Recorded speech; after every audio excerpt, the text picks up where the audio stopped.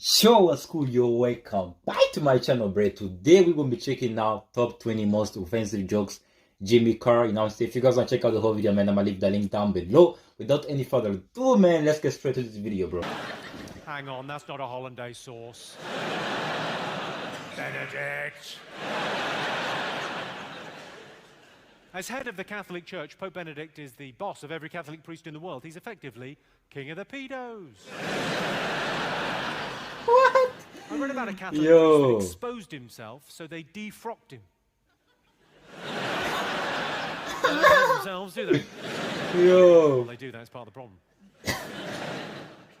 Wetting your bed is embarrassing as a child, but as an adult, wetting a child's bed is mortifying. It's almost impossible to explain that shit away. Yeah. In Palestinian passports under occupation, do they just put Israel? Yo. To test where the Guardian readers are sitting. No further questions. Back to the knob gags. Did you see the story about this Gary guy's Glitter? reckless, There bro. was a GCSE music question about Gary Glitter. How bad's that? How bad's that? A GCSE music question about a Gary Glitter song. Because if there's one artist you don't want associated with the phrase, shh, turn over, you've got an hour. Hey, man, somebody needs to stop him, bro. Somebody needs to stop him, man, bro. He's so I should reckless. probably leave Glitter alone. He just wants to settle down and have kids. I had a similar thing with Hurricane Sandy. You remember Hurricane Sandy that devastated the eastern seaboard of America? All I wanted to say was it was the worst thing to hit New York since those two planes. Possibly they got it right on that one. A lot of people like to smoke cigarettes after sex, but you can't buy cigarettes until you're 16, so I have to get them for both of us.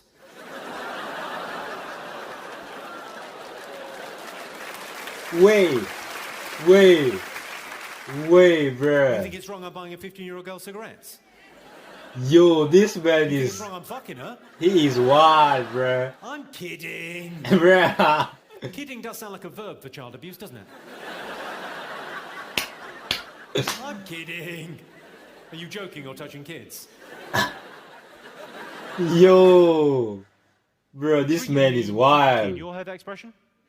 Treat them mean, keep them keen. Treat them mean, you will keep them keen. If that was really true, if that really worked, treat them mean, keep them keen, wouldn't the Jews absolutely adore the Germans?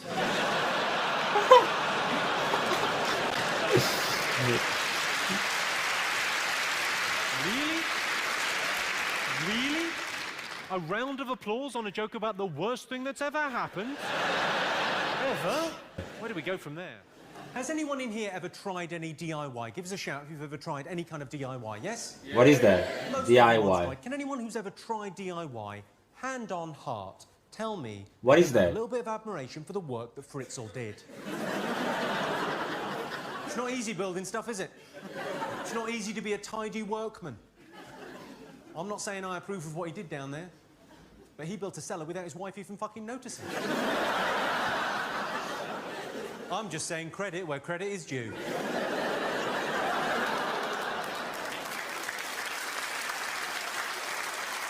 Yo, he wild, bro. A round of applause for a Fritzl joke. You may be my kind of town. He was described in the Daily Express newspaper as the most evil man in Austrian history. Not even close. Hitler.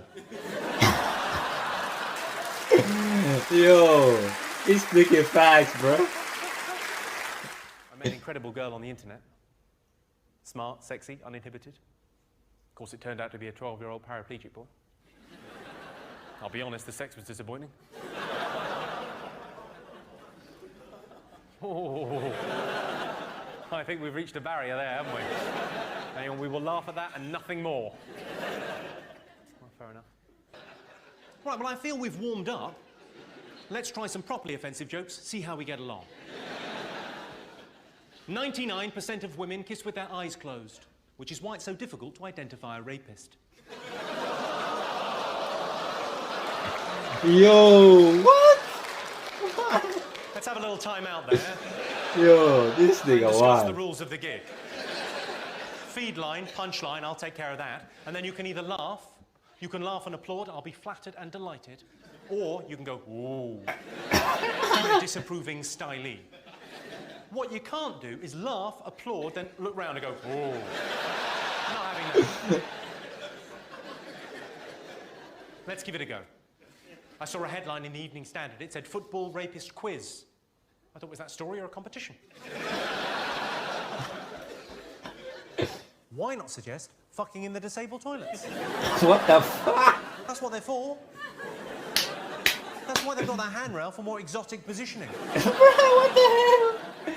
What the hell is this Don't thing? give me that look. In my defence, when I was in there, I was fucking a cripple.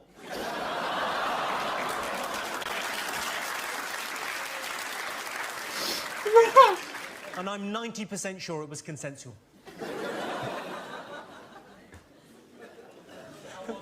How was it? Yeah. But that is Parkinson's for you. My girlfriend recently had a miscarriage, and it was doubly bad because I had to pay for it. Yo. That feels like we're getting somewhere. And I realise an abortion can be a very upsetting thing for a woman. But at the same time, who doesn't get a little confidence boost when they lose a bit of weight? Right, let me try and offend you. All right, when I was at school, a mate of mine got caught wanking in the showers. Nothing? Well, it ruined the school trip to Auschwitz. Here's the thing, I don't like swearing during sex. Who wants to hear that kind of language, especially from a child? Bro, why do he keep on bringing this little girl's conversation into the, bro? I don't get it, bro. Like, he keep on bringing up the little girls, underage girls, like, I don't know, bro. He's just way too wild for me, bro. Oh, he wild. Be there. You prefer a sweary kid, fair enough. This might offend Bruh. People say, smug, sanctimonious people, in my opinion, but people do say from time to time, you hear them, Princess Diana should have been wearing a seatbelt. If she'd been wearing a seatbelt, she'd be here with us today. To those people, I say this. I say, you try snorting cocaine off a cock in the back of a limo while wearing a seatbelt. You can't be fucking done. This man got no filter, bro. He got no filter. Talking to people, telling them jokes, building up this reservoir of goodwill. But then you're expected just to fuck off. It's a bit weird. With your permission, I'd like to piss away some of that goodwill. On an unpleasant joke. You know, sometimes I'll tell a joke that's a bit edgy, and I feel as an audience you go, oh, that's a little bit close to the... Go on then, you. What are you like? I'd like to tell one now that'll make you go... Oh. Would you like to hear it? Yes. Well, it's a joke about love. Can love conquer all? Or do the practicalities of life get in the way? Well, a great example of this is May to December relationships. Relationships where there's a bit of an age gap. Can love conquer that divide? Or does life get in the way, the practicalities? There's probably as many different opinions as there are people in this room. Here's my opinion, for what it's worth. I think you know a girl is too young for you if you're having to make the aeroplane noise to get your cock in her mouth. What the hell? Here comes the train into the tunnel. Bro, this man got no filter, yo. There's three things I liked about that joke. Firstly, I like the fact it's a bit edgy. I like edgy jokes. It's about as edgy as I'd want to be. Second thing I like about it, next time you're being intimate with your partners. I know you're sat there thinking, I think he's a bit too mature for that. He's thinking, ba-da-da-da, da-da-da-da. Third thing I like about that joke, probably later on tonight, maybe tomorrow or the next day, someone's going to say to you, oh, you were at a comedy show. Tell us a joke. I guarantee you that is all you're going to be able to think of. And you'll fuck it up. I was fucking a child in the face. What, you fucking maniac? Yo, this nigga got no filter, bro. I'm telling you, bro. Do you want to come He got no visit? filter, bro. Hospice is palliative care for teenagers. Yes, I do. I got that call about 6 years ago. I said, yeah, I'll go.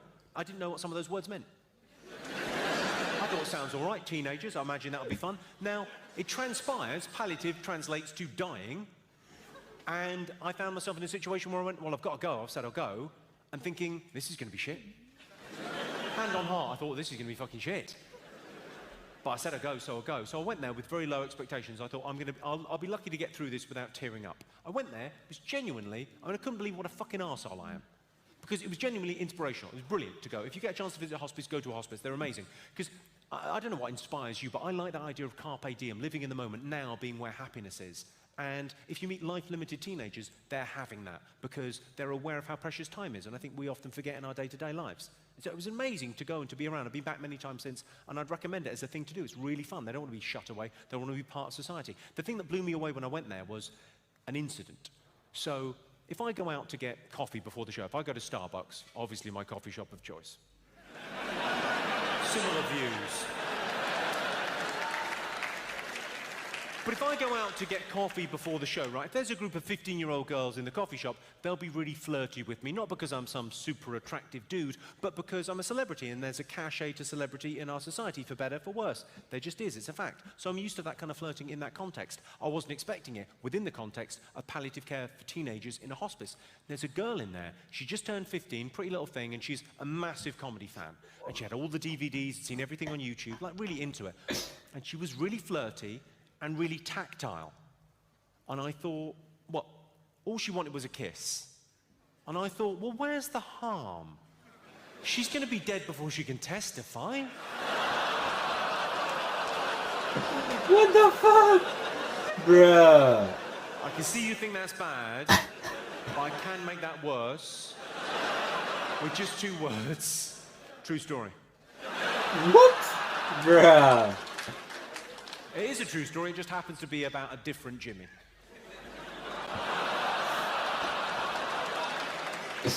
Yo. How do you make a gay fuck a woman? Shit in her cunt. What the fuck? I know. Don't think I don't know, because I know. I know. There's no use giving me a look as if I didn't pay £25 to listen to this film. Because you did, and you know you did. Treat them mean, keep them keen. That's what they say, isn't it?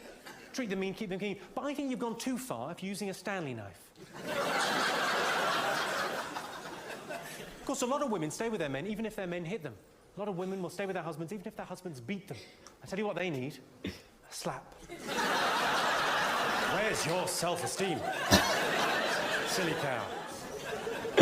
Yo. She was tiny. Of course, the thing people never say about domestic violence, and it strikes me as being just so very obvious, but people never say this about domestic violence, is just how fucking stupid it is. I mean, you're hitting your wife. It's your wife. You might as well key your own fucking car. Think about it. You don't like her now, you're not going to like her anymore with 2 black eyes and a bit of a face on her.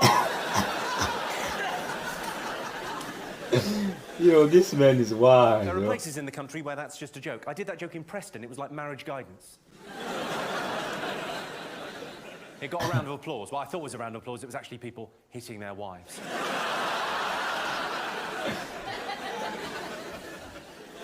I don't want to make a big deal of this, but I recently adopted a newborn African child. He was just £7, plus postage and packing. That's how they get you. If only they'd put holes in that box. Bruh, what the hell? And that is the joke, interestingly, that Richard Curtis said was a bit much for the comic relief gig. Listen, this is my first time watching this guy, man. Bro, I'm so mind blown. I don't even know what the fuck to say, bro. He just have no filter, bro. You know what I'm saying? He says anything and bro, he just, oh my goodness, bro.